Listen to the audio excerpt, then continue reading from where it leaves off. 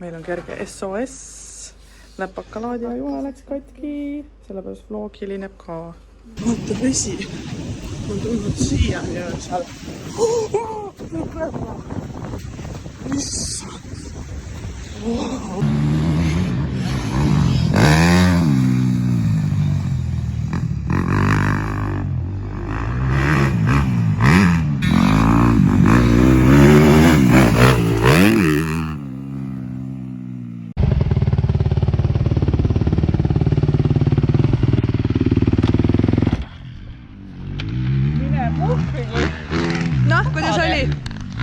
Natukene ainult kakane.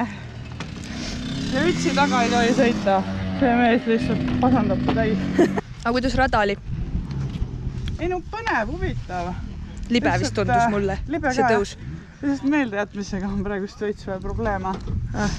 Et aga väga huvitav. Lihtsalt nii kinni on. Kuidas sõit oli? Jaa, väga hea niimoodi. Ei, väga äge oli, läheb paremaks. Mis emotsioonid sul siin raja ääres on? Teine päev? No ma vaatan Karleeni ja mõtlen, et ma pean vist tema asemel rajale minema, et tal juba käed värisevad ja hing väriseb ja süda väriseb ja... Vahetage riided ära, aga keegi ei pane tähele. Valmis! Ma tahtsin põllu pealt tagasi teel tulla, siis ma mõtlesin, kas seal on kraav või ei ole, eks ju.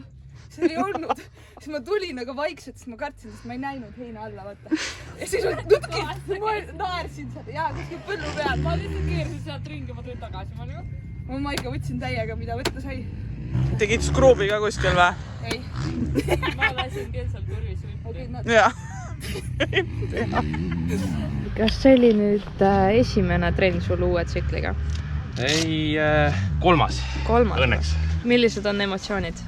Ei, päris huvitav on. Selles mõttes, et kõvaraja peal kindlasti on parem just nagu keeramine ja juhitavus selle Hondaga. Aga on veel vaja kõvasti harjumist, ütleme niimoodi. Pole ammu sõita saanud ja käsi on päris täis, et keeruline on. Selge. Aga on sul mingid ootused ka nüüd pandud selleks hooajaks? Ei ole. Ei hakka mingit ulmelisi mõtteid mõtlema, et võtame rahulikult ja anname endast maksimum. Super, aitäh!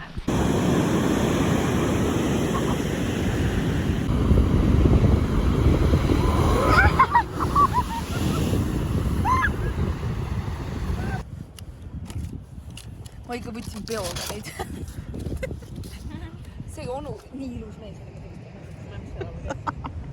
See jäi peale.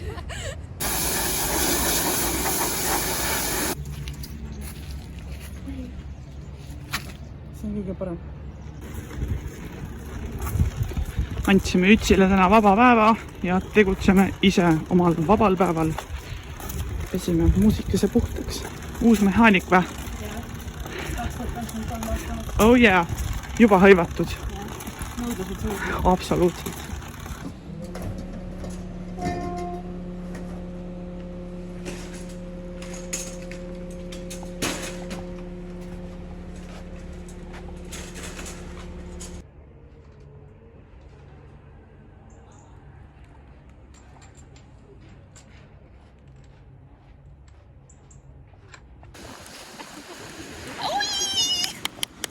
Pissi veel lõkkas see siis läbi just päeva.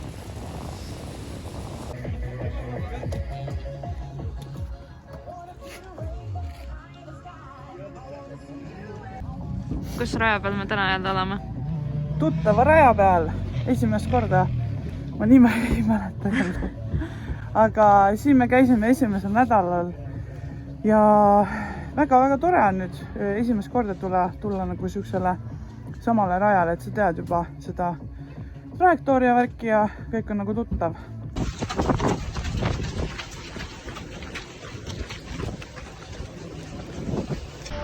Karleen, mis ilmastikuolud meil täna on? Siuksed, et isegi kui sa praegu jalgade peal seisid püsti, siis võtab kõikuma niimoodi. Ühesõnaga, täna on nii halb ilm, et kurvitrenn tuleb. Jaa, sest et arvatavasti kui hüppesse minna täna, siis sa hüppad lihtsalt tulvib rajal. Ei, no sa saad lähepa harjutada. Jaa. Nii, me oleme jälle Barcelonas. Kolmas kord juba selle 2 nädala jooksul. Kolmas kord, jah. Mis me teeme täna siin? Täna täitus meil 2 nädalat siin treeninglaagris ja mu keha lihtsalt karjub massööri järgi.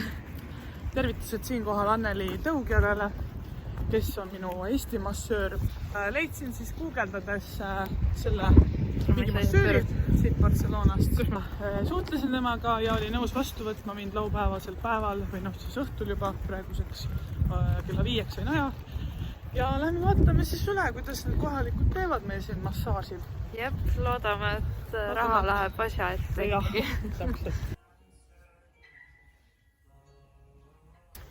Nii, ja me oleme jälle tagasi oma külakeses.